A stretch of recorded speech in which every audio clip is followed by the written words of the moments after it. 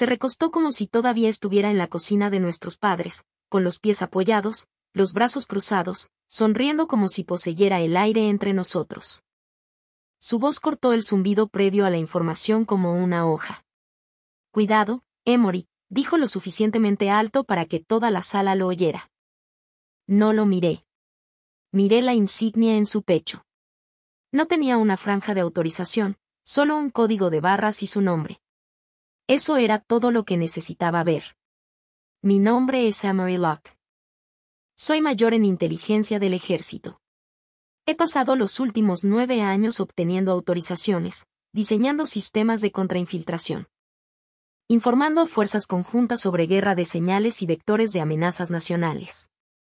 Me han llamado callada, metódica, demasiado seria, pero nunca imprudente. Y en esa sala, yo era el oficial superior responsable si una sola palabra de datos clasificados salía con alguien que no pertenecía. Él no debía estar allí. Así que no levanté la voz. No discutí. No le di el poder de la reacción. Señalé su credencial con un silencioso asentimiento. Dejé que el sistema funcionara. Dijeron que humillé a mi hermano delante de generales. Que le costé su despliegue. Pero ese día, no actué como su hermana. Actué como la oficial al mando, e hice lo que tenía que hacerse. Las luces estaban tenues. Yo tipo que siempre mantenían bajas para las proyecciones satelitales.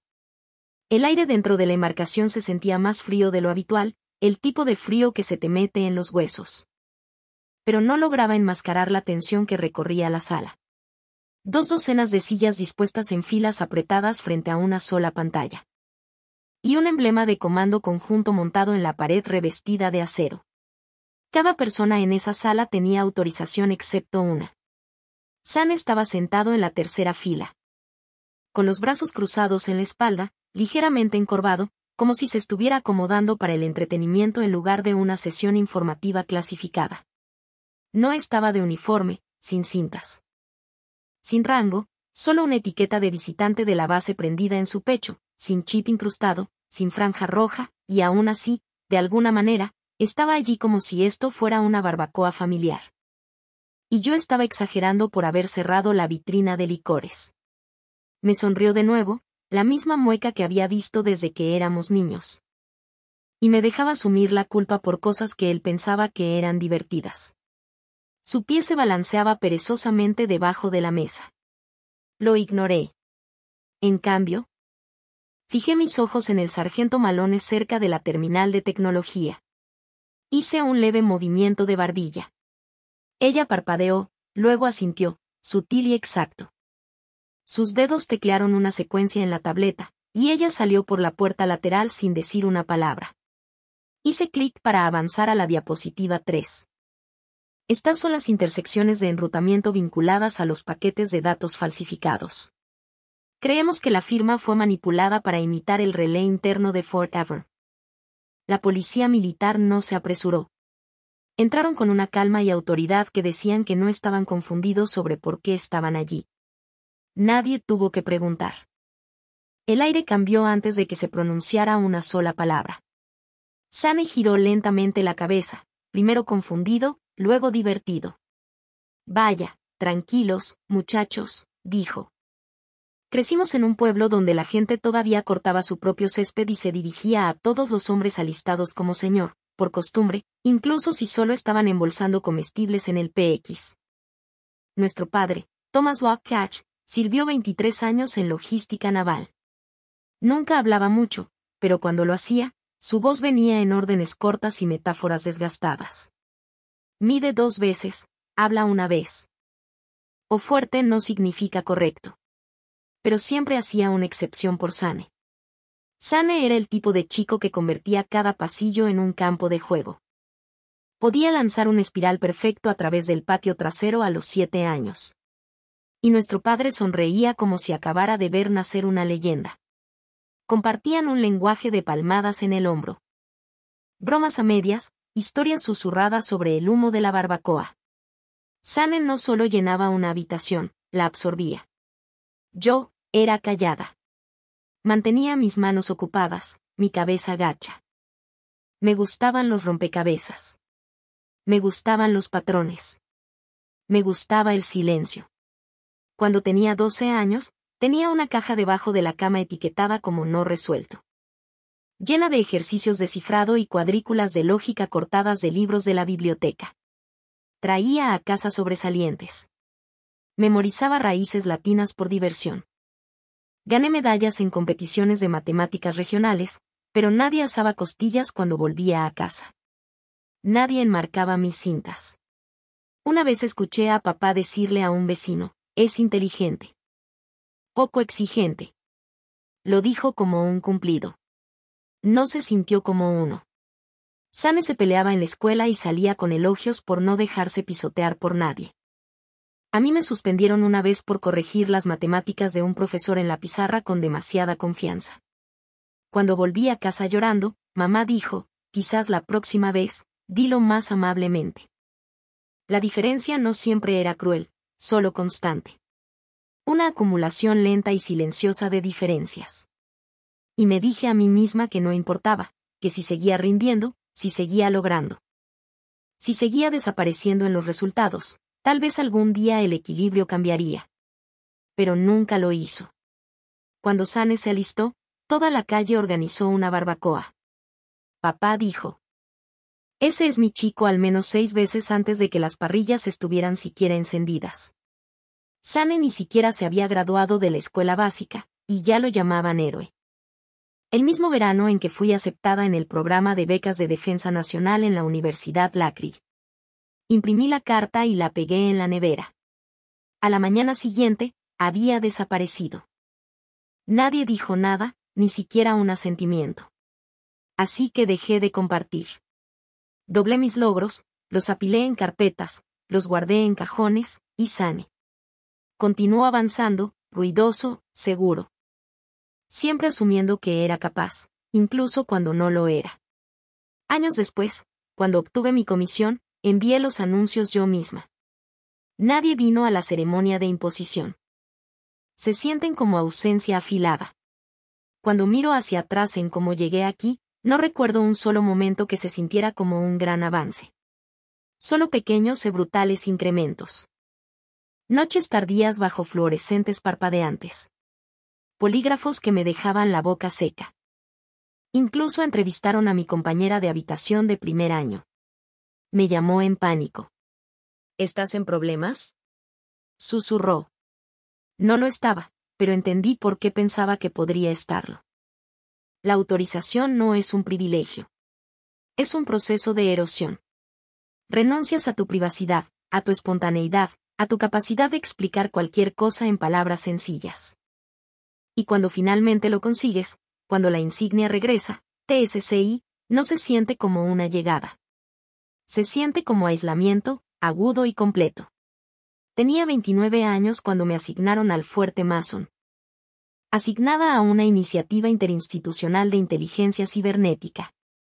Mi título oficial era analista principal de vectores, pero lo que hacía era mucho menos elegante. Mapeaba operaciones de señal de bandera falsa, perseguía eventos de suplantación profunda y redirigía intrusiones que nadie fuera de la sala sabía que existían.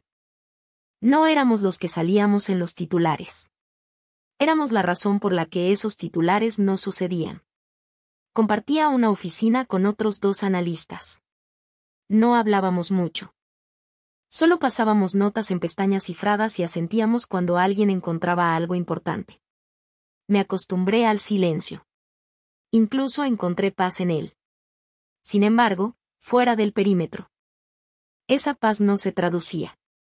La familia nunca preguntaba qué hacía, no porque respetara el silencio, sino porque no creía que fuera real. En acción de gracias, Sane levantaba su vaso y decía: por los que realmente nos mantienen a salvo. Y todos se reían. Chocaban copas. Me miraban como si debiera relajarme. Yo sonreía. Esa sonrisa tensa y profesional que aprendes a usar para no quebrarte en público. Una vez me envió una foto de sí mismo con el equipo completo, apoyado en un Humvee. La leyenda decía, mientras tanto, la que podía bromear y aún así llamar familia. Y lo peor, lo dejé. Durante mucho tiempo, Me dije que era más fácil. Que si mantenía la cabeza baja, si seguía produciendo resultados. Algún día alguien me vería. Pero lo que pasa con ser invisible es que se convierte en un hábito. Dejas de pedir que te vean. Simplemente esperas que nadie te pise al cruzar la habitación. Solo yo y un suave chasquido de la copa en mi escritorio porque el silencio para entonces se había convertido en la única voz en la que confiaba. El café tibio a mi lado, mis ojos escaneando la lista de nuevas adjuntas de unidades y anulaciones de rotación. Casi me lo pierdo. Línea 42. Suboficial mayor Shane Locke, enlace de logística. Apoyo de observación, asignación temporal, Fuerte Mason, fase de integración JTC. Mi garganta se apretó antes de que mi mente se pusiera al día. No se uniría a mi unidad, no oficialmente. Pero estaría en la base, en el edificio, asignado como enlace para la misma estructura operativa en la que trabajaba todos los días. No era una superposición directa. Pero estaba lo suficientemente cerca como para sentir que se había encendido una mecha en el pasillo fuera de mi oficina. Miré fijamente la pantalla hasta que se atenuó. Luego me recosté y escuché. Nada más que el zumbido del back y el lento tic del reloj analógico que alguien había clavado sobre el tablero de comunicaciones. El tiempo seguía pasando. Mi respiración no. Hay reglas en este trabajo, capas de ellas, barreras, códigos, autorizaciones. Pero no hay nada en ninguna de ellas sobre cómo manejar a la familia que no reconoce el límite entre lo casual y lo clasificado. Sane siempre había tratado mi trabajo como un chiste. Soldado de portapapeles, general de PowerPoint, Barbie de inteligencia. Ya podía oírlo entrar, soltando bromas, sonriendo con sorna ante acrónimos que no entendía. Simplemente dejé que la realización se asentara como polvo en mis pulmones. No era miedo. No exactamente. Sane no era peligroso de la manera en que los informes de inteligencia lo definen. Pero hay otras formas en que las personas se convierten en amenazas. La falta de respeto casual, el cruce de límites. El tipo de comportamiento que parece inofensivo hasta que alguien se ríe en el momento equivocado y se cruza una línea. No querría hacer daño a la misión, pero tampoco se lo tomaría en serio. Y eso era su propio tipo de peligro. Más tarde esa noche, fui a casa y me senté en el porche con un bloc de notas legal en el que nunca escribía, solo sosteniendo el bolígrafo, mirando a la oscuridad. Pero sentí la tensión enrollándose en mi estómago como si tuviera un nombre. Y lo tenía. El día que entró, ya lo sabía. Había visto su nombre en los registros de rotación 2 días antes y había seguido esperando que alguien más lo notara, lo señalara, lo corrigiera, lo redirigiera. Nadie lo había hecho. Así que allí estaba él, tercera fila, vestido de civil, codos abiertos como si poseyera el aire a su alrededor. No parecía nervioso. Por supuesto que no. Me subí al frente de la sala. Puntero láser en una mano, tableta sincronizada con la pantalla de proyección detrás de mí. La embarcación no era grande, paredes de metal desnudo, 22 sillas. 3 enlaces de grupos interinstitucionales y 2 generales del Comando Cibernético Estratégico. Todos llevaban sus etiquetas de autorización. Todos excepto él. Sane ni siquiera intentó pasar desapercibido.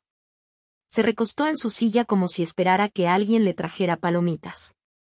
Me miró y sonrió. Espero que esto no sean solo diapositivas y acrónimos. Dijo lo suficientemente alto como para llamar la atención. Me salté el almuerzo para esto. No respondí. No lo miré de nuevo.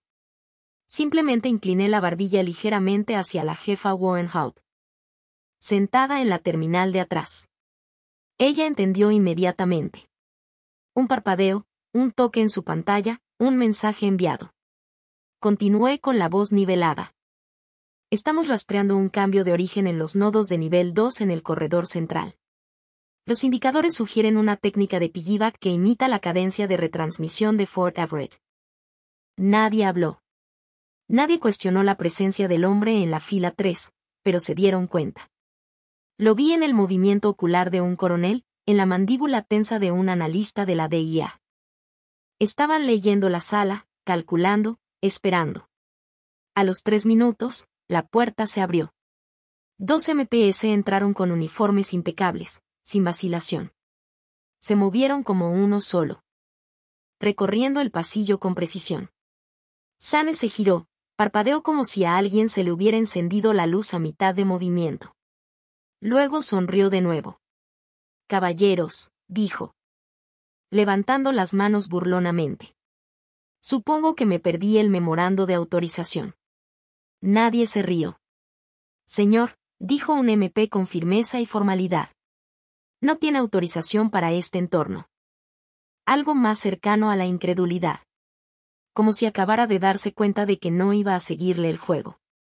Se levantó lentamente, arreglándose las mangas como si todo fuera una broma que había aceptado terminar temprano. Mientras lo acompañaban a la puerta, murmuró, «Supongo que los nerds ganan hoy». Luego la puerta se cerró.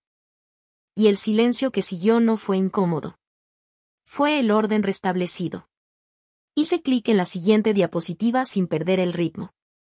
Como pueden ver, la brecha se superpone a 2 puntos de presión críticos. Si no se controla, compromete la redundancia de retransmisión en ambas direcciones. Nadie interrumpió, nadie cuestionó, y nadie, ni una sola vez, volvió a decir su nombre. La sesión informativa terminó como la mayoría de ellas. Asentimientos silenciosos, apretones de manos firmes. Algunos comentarios murmurados sobre protocolos de reencaminamiento y plazos de acciones. Los generales se fueron primero, seguidos por los enlaces civiles. Me quedé para apagar la terminal. El informe del incidente ya esperaba mi firma en la tableta. La jefa Holt no dijo nada. Simplemente me entregó el lápiz óptico, asintió una vez y salió. Sin drama, sin comentarios. Pero cuando volví a mis aposentos esa noche, mi teléfono comenzó a vibrar. Primero llegó el mensaje de texto de mi madre. «¿No pudiste haber manejado eso en privado?» Sin saludo. Sin pregunta sobre mi día. Solo ese tono frío y acusatorio, como si hubiera atacado a Sane en medio de la iglesia en lugar de proteger una embarcación de una presencia no autorizada. No respondí. 2 horas después, me llamó. No contesté. Su mensaje de voz llegó con ese temblor que usaba cuando quería sonar maternal pero herida. «Tess. Creo que tal vez no te diste cuenta de lo humillante que debió haber sido para tu hermano delante de toda esa gente. Quizás podrías haber hablado con el primero». Como si hablar hubiera hecho que una insignia de autorización apareciera de la nada. Como si ella no entendiera o, peor aún, no le importara lo que esa sala representaba. Papá no llamó. A las mismas personas con las que había trabajado durante años. Personas que me habían entrenado, me habían cubierto, habían confiado en mí. Para él, eran extraños, desechables. Lo que importaba era el apellido que compartíamos, no las reglas que servíamos. Entonces Sane publicó algo en línea. No fue directo. No tenía que serlo. Qué curioso como algunas personas olvidan de dónde vienen una vez que se ponen un poco de oro en el pecho. Suerte al informar a tu conciencia. 68 me gusta, 4 comentarios, viejos amigos. Compañeros de secundaria, todos los animadores habituales. No respondí. No hice una captura de pantalla. Ni siquiera me inmuté. Pero algo en mí se enfrió porque lo que me impactó no fue la puya. Fue lo rápido que la gente tomaba partido y lo silenciosa que permanecía mi familia. Nadie preguntó qué pasó en la sala. A nadie le importó que no tuviera autorización. De un teniente que una vez me vio recodificar un error de mapeo en 5 minutos bajo presión. Lo manejaste con gracia, mayor.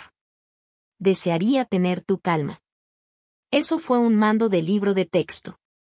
No sabían toda la historia, pero sabían lo suficiente. Y por primera vez, comencé a preguntarme. Quizás había estado buscando respeto en la dirección equivocada todo el tiempo. La llamada llegó justo después del anochecer. Estaba sentada en mi coche, con el motor apagado, una mano todavía apoyada en las llaves. Observando cómo las sombras se alargaban en el estacionamiento fuera del comisariato. Su nombre iluminó mi pantalla. Dúdese, luego contesté. Oye, dijo Sane. Su voz era baja, firme. Me sacaron de la lista de despliegue. No dije nada, solo esperé. No lo explicaron, pero lo sé. Lo llamaron una ambigüedad disciplinaria. ¿Lo que demonios se supone que significa eso? Hubo una pausa. Luego una sola risa seca. No te culpo. Ya no más. Me recosté en mi asiento, la bolsa de comida para llevar intacta a mi lado. No pensé que lo harías, dijo. Pensé que lo dejarías pasar.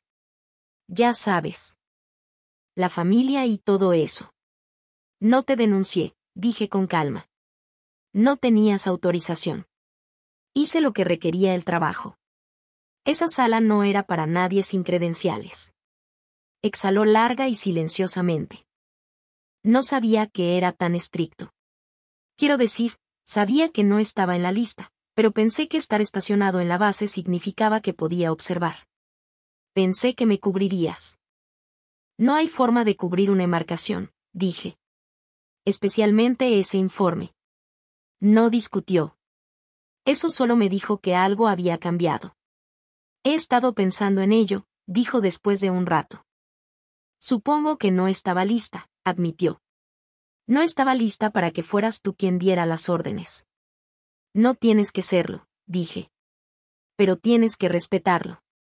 Lo hago, respondió. Ahora lo hago. No intentaste hacerme quedar mal. Simplemente lo manejaste. Sin escena, sin discurso. Simplemente hiciste lo que había que hacer. Ese es el trabajo.